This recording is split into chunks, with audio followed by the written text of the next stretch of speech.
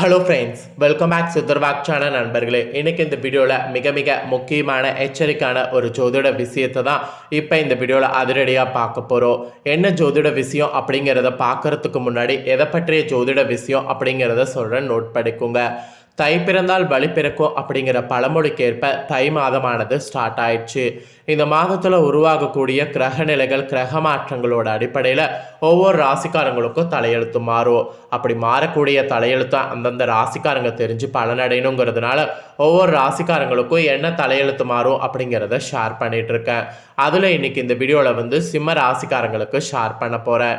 இந்த வீடியோ சிம்ம ராசிக்காரங்க எந்த நட்சத்திரத்தில் பிறந்திருந்தாலும் வீடியோ ஸ்கிப் பண்ணாமல் பாருங்கள். உங்கள் ராசிக்கு என்ன மாதிரியான தலையெழுத்து மாறும் அப்படிங்கிறத தெரிஞ்சுக்குங்க. உங்கள் ராசிக்கு மாறக்கூடிய தலையெழுத்து தெரிஞ்சு அந்த தலையெழுத்துக்கேற்ப நடந்து பலன் பெறுங்க. சரி வாங்க, உங்கள் ராசிக்கான தலையெழுத்து என்னங்கிறத பார்க்கலாம்.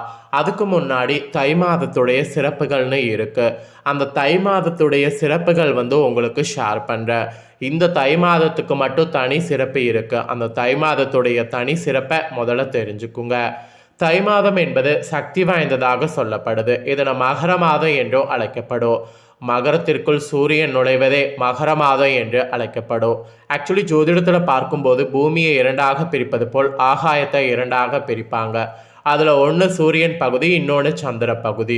அதில் மகரத்திலிருந்து கடகம் வரை சந்திரனுக்குரிய பகுதிக்குள் வரும். அவைகள் சந்திரத்துக்கு உரியவனையாக சொல்லப்படும். இந்த மாதத்திலிருந்து சூரியன் பகுதி துவங்க ஆரம்பிக்குது. அதனால் இந்த மாதத்தில் சூரிய பகுதியானது வலிமை அடைய போகுது. அதாவது உத்தராயண புண்ணிய காலம் துவங்குகிறது. இந்த காலத்தை கூட இரண்டு அயனமாக பிரிக்கப்படும். தாட்சாணியத்திற்கு உத்தராயணம் வடக்கு. அதில் இந்த காலம் எல்லா வகையிலும் சிறப்புடையதாக மாறப்போகுது. உத்திராடம் கூட ஆக்சுவலி சிறந்த நட்சத்திரம். உத்திராடத்தில் பிள்ளையும் ஊர் எல்லையில் கொள்ளையும் என்பது பழமொழி. அதாவது உத்திராடத்தில் பிள்ளை பிறந்தால் உடனடியாக அவர்களுக்கு அருகிலேயே நிலம், வீடு அல்லது விளைநிலம் வாங்கக்கூடிய யோகமானது உண்டாகும். எனவே உத்திராடத்தின் சரியான இதில் மகரத்தில் சூரியன் நுழைவது வெகு சிறப்பான ஒன்றாக சொல்லப்படுது. அதே நேரத்தில் பல விண்மீன்கள் சூரியனையும் சந்திரனையும் சூழ்ந்திருக்கும். மலையாளத்தில் சேர நாட்டில் எடுத்துக்கொண்டால் இதனை மகர ஜோதி என்று அழைக்கப்படும்.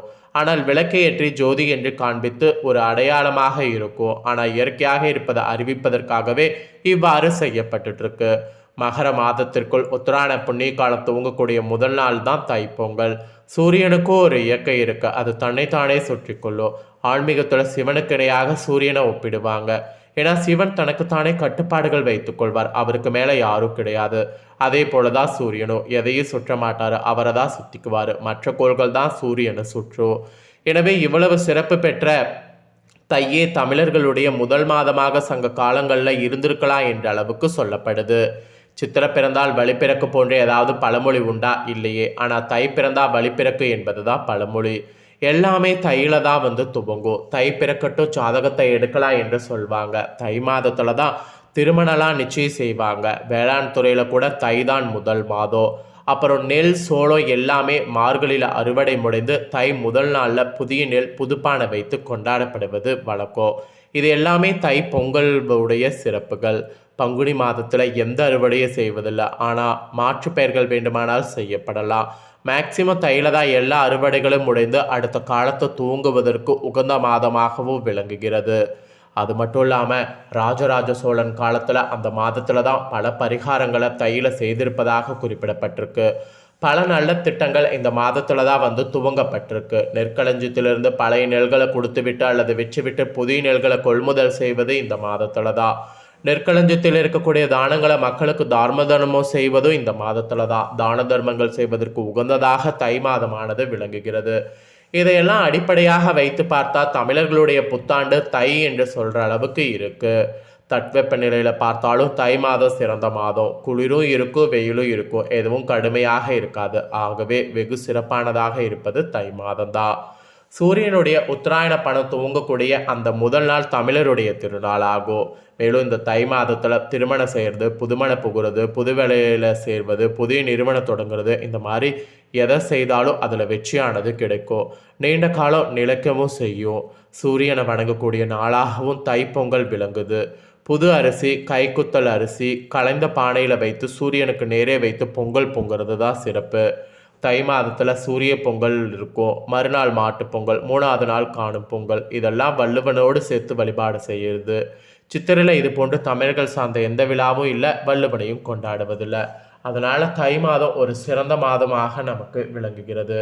இப்பேற்பட்ட தை மாதத்தில் கடகராசியில் பிறந்தவங்களுக்கு தலையெழுத்து பார்த்தீங்கன்னு வச்சுக்கோங்களேன் மாறப்போகுது.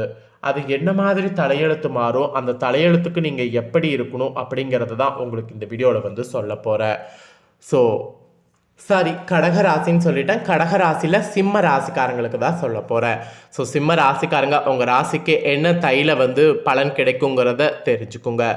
எதிலும் பின்விளைவுகள் பற்றி யோசித்து நிதானமாக செயல்படக்கூடிய உங்களுக்கு இந்த தை மாதம் முழுவதும் யோகமான மாதமாக அமைஞ்சிருக்கு. சனி, ராகு, கேது ஆகியோர் உங்களுக்கு தை மாதம் மாற்றங்களை ஏற்படுத்த போறாரு. தை பிறந்தால் வழி பிறக்கும் என்பது போல் உங்கள் ராசிநாதன் சூரியனால் ஆற்றல் அதிகரிக்கும். கண்களை கட்டி நடுக்காட்டில் விட்டது போல் தவித்து கொண்டிருந்த நிலையில மாற்றத்தை ஏற்படுத்துவார்.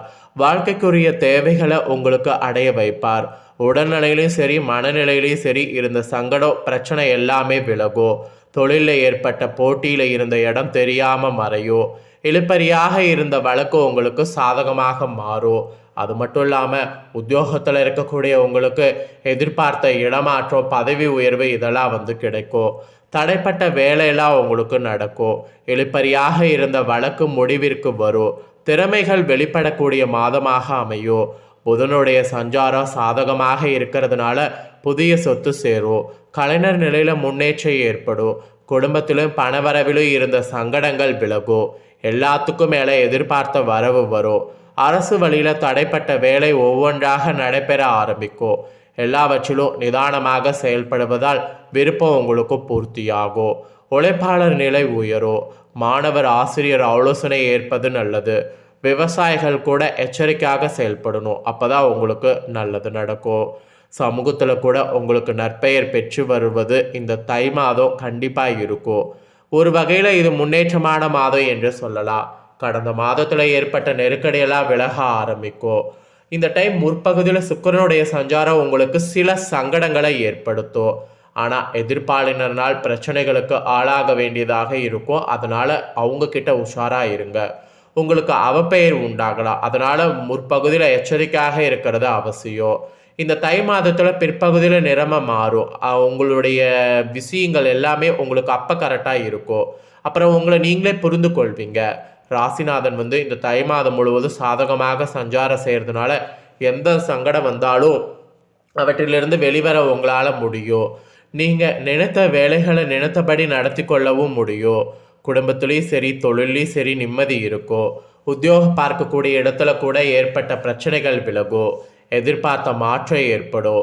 பொன்பொருள் சேர்க்கையானது உண்டாகும். உங்களில் சிலருக்கெல்லாம் நீங்கள் எதிர்பார்க்காத அளவுக்கு பயங்கரமான சேஞ்செல்லாம் ஏற்படும். அதாவது என்ன சேஞ்சுனா புதிய சொத்து சேரும். எதிர்பார்த்த மாற்றம் ஏற்படும். உறவினர் ஆதரவோடு இருப்பாங்க.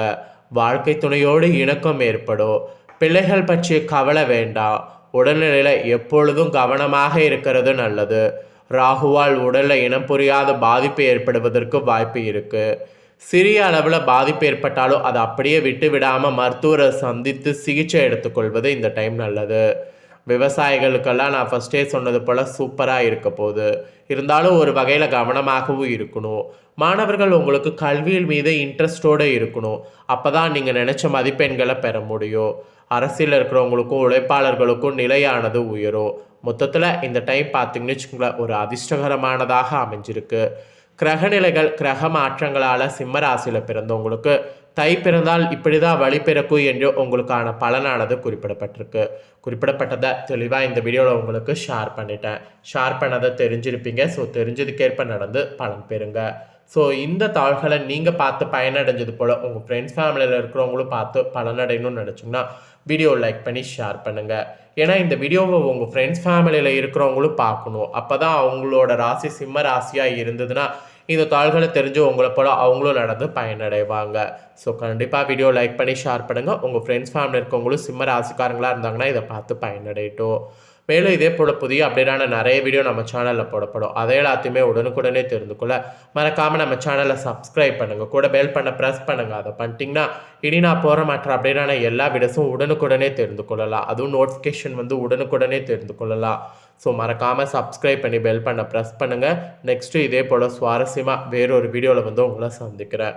நன்றி.